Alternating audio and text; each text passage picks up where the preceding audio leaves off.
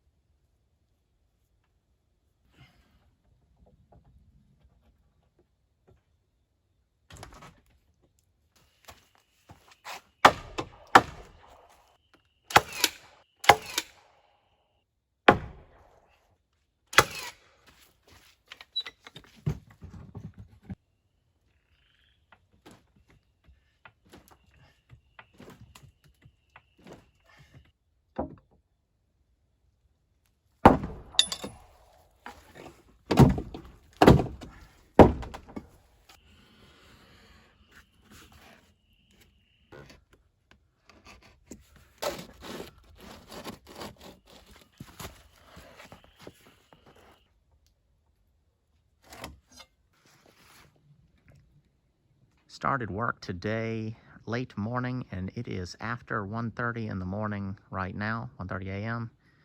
Started around, I think, 10 or 11 this morning.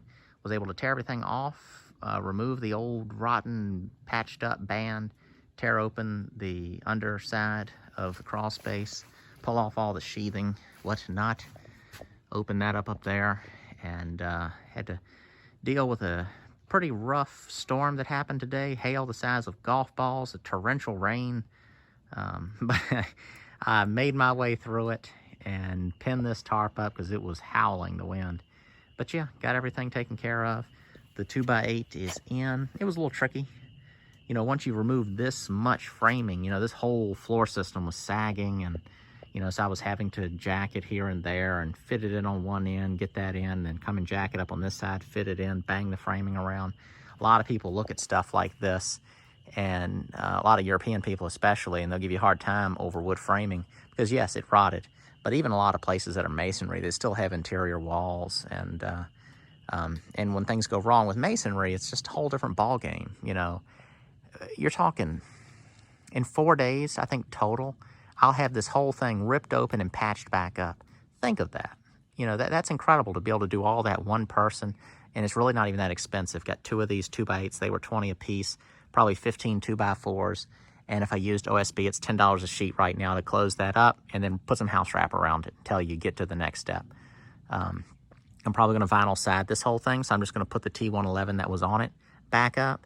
And then I'll probably then house wrap all of that, and then the vinyl siding will go on there. I haven't put vinyl siding on anything ever in my life, so I'm not sure of the steps. I don't know if you use house wrap if you're doing vinyl siding. I'm sure you do, but we'll see. After I get the framing done, I'll be able to, the wall framing, I'll be able to take care of the rafters. And then once those rafters are in place, it won't be raining in 2 days. I'll have a good spell of dry weather. So I'm going to get on up there, tear the roof off, and patch any plywood that has issues, and then dry it in with synthetic underlayment, shingle underlayment. And then I'm going to put a metal roof up there, probably.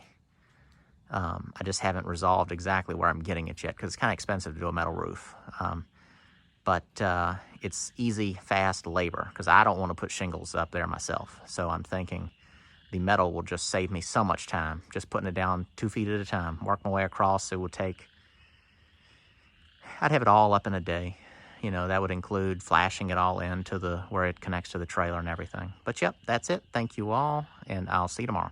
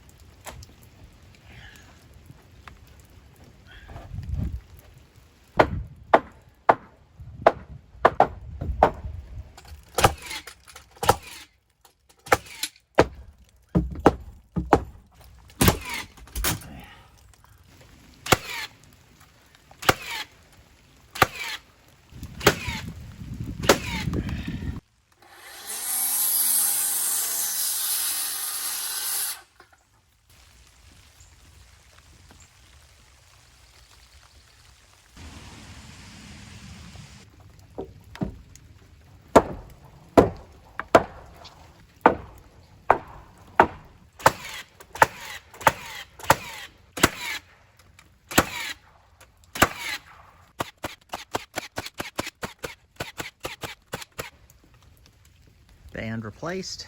So that's 2 doubled up 2x8s.